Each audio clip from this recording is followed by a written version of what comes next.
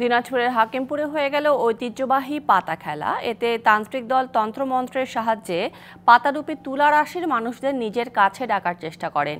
এই খেলা দেখতে ভিড় করেন আশেপাশের বাসিন্দারা। দিনাজপুরের হাকিমপুর বোয়ালদার ইউনিয়নে তন্ত্রমন্ত্রে অনুষ্ঠিত হয় গ্রাম বাংলার ঐতিহ্যবাহী পাতা খেলা। বিভিন্ন এলাকা থেকে আসা ৮টি তান্ত্রিক দল খেলাটিতে অংশ নেন। মাঠের মাঝখানে কলাগাছ স্থাপন করা হয়। তান্ত্রিকরা তাদের মন্ত্রের মাধ্যমে পাতারূপী তুলারাশির ৩ জনকে মাঠের মাঝখান থেকে নিজের দিকে টানার চেষ্টা করেন।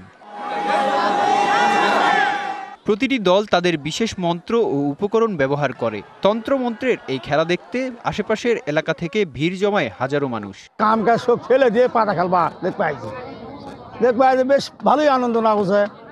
আমার বাড়ির সবাই আইছে।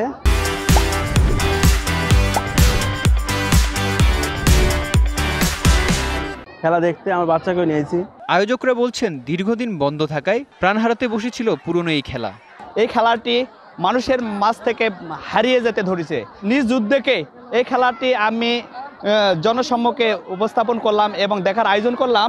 তো আসলে দেখলাম যে বহু লোকজন এখানে উপস্থিত হয়েছেন। খেলায় বিজয়ী হয় কামদিয়ার তান্ত্রিক দল।